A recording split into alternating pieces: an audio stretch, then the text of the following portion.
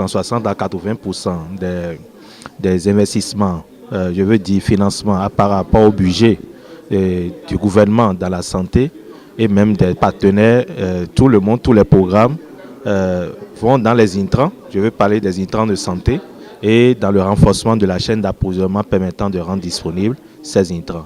C'est nécessaire d'avoir vraiment une chaîne d'approvisionnement et logistique performante pour que ce soit les vaccins, mais les autres produits de santé aussi, soient disponibles au point de prestation de services pour que nos enfants puissent être bien vaccinés et que aussi les enfants et les femmes enceintes qui sont des populations vulnérables soient bien prises en charge en matière des problèmes sanitaires.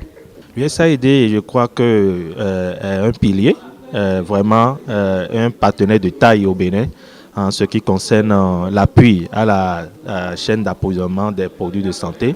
Nous finançons des intrants en termes de dons au pays, surtout tout ce qui concerne les antipaludéens. Je veux parler des intrants de lutte contre le paludisme. Nous sommes les principaux contributeurs avec le Fonds mondial pour tout ce qui concerne ces intrants-là. Mais vous savez, lorsque les intrants sont disponibles, il faut qu'ils soient au niveau central, il faut qu'ils soient disponibles au point de prestation de services pour pouvoir être utilisés pour soigner convenablement les gens. Donc, nous investissons également beaucoup dans le renforcement de ce système d'approvisionnement et logistique, notamment le maillon fort du cycle logistique que nous appelons le système d'information et gestion logistique, qui est le cœur, en fait, de tout système d'approvisionnement et logistique.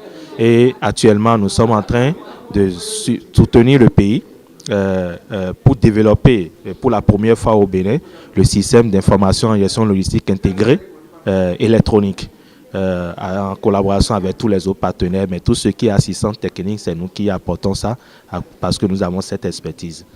La fonction logistique reste encore à professionnaliser au niveau du Bénin. Sans cette professionnalisation, nous ne pourrons pas valoriser vraiment les ressources humaines logistiques et qui vont impacter en fait l'utilisation des ressources qui s'amenuisent de jour en jour.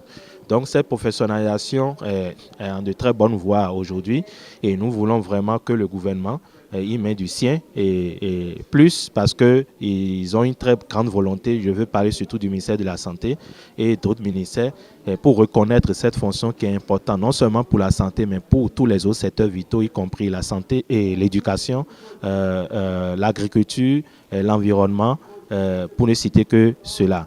Les transports, n'en parlons plus parce que ça fait partie déjà du métier de la logistique.